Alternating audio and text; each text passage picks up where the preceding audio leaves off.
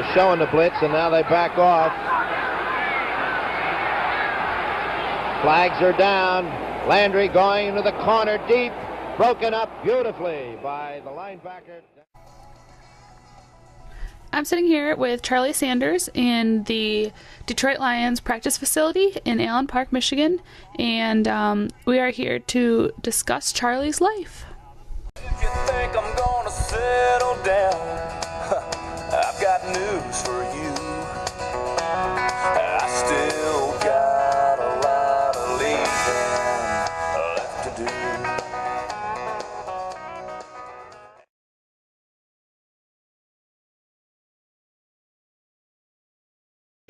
And there is no answer.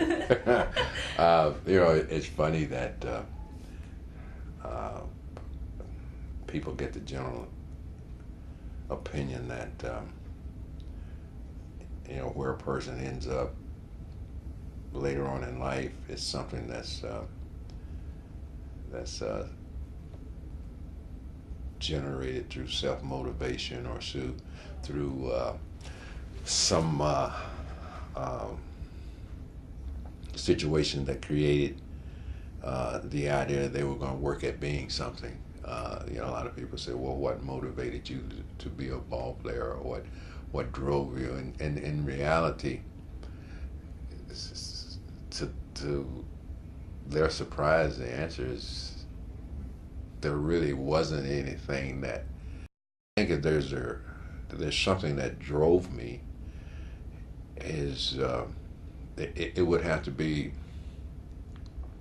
competition. And it wasn't against other people. Mm-hmm. I think you're born with a competitive edge.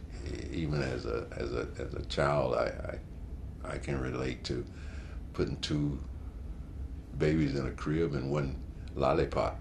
Somebody's gonna come out the winner. Yeah. And so we're all born with that part of competitiveness, and I found that I basically competed against myself.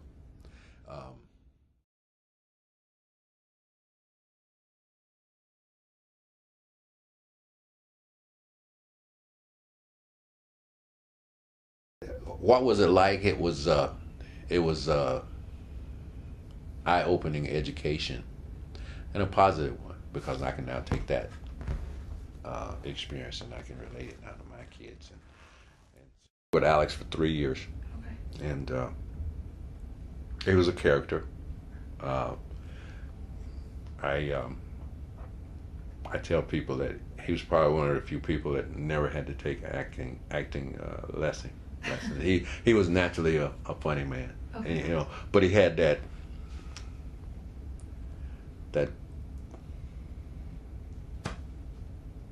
carried this air about him that he was a tough, mean, this hard shell guy, but deep down inside he was tender-hearted, and I think he did it for a reason. Mm-hmm. But we had a good relationship in terms of my being able to get on a side of him that a lot of people couldn't, because you had to pass the test with him. you had to. He had to like you. Okay. And of course, Alex was the kind of guy that, because he had been around so long, the whole team respected him. So it was kind of like you had to get his stamp of approval before you moved on. Mm-hmm. It's like earning your stripes. And so I was able to do that as a rookie, and you knew that you had his acceptance in terms of, because he wouldn't talk to you if he didn't like you. He referred to you as rookie, even though he knew your name. Yeah. So when he acknowledged you as by name, you knew that you had passed the test. So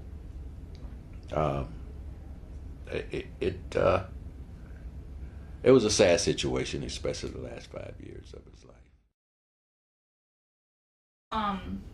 What would you say would be like the turning point in your career, in your life? Something, maybe not like a sign, but maybe just like a year, mm-hmm. like that you had. I think the turning point of my life was when I got inducted. Okay. When I got that So in 2007? award. Yeah. It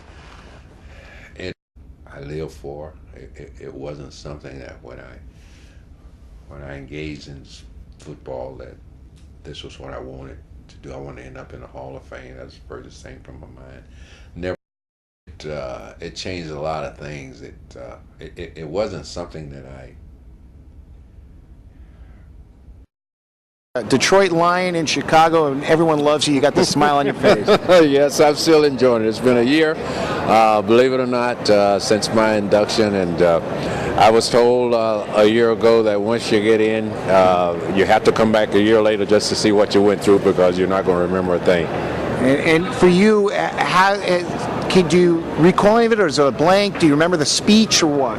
Well, I remember parts of the speech because I rehearsed it so many times, but the one thing that is really funny about it, I've run into people and told them, I wish they could have made it to the induction, and they actually look at me and say, I was there, I talked to you, you talked back to me, but things happen so fast, your whole world is just passing by you, and it's like a dream, and this is my chance now to go back this year and sit and look at the new guys and say, you know what, maybe I did that, or maybe I can recall some of the people that are going to show up for the second time around, and it's just been a glorious, glorious year for me, and I'm still, like you say, wearing that smile.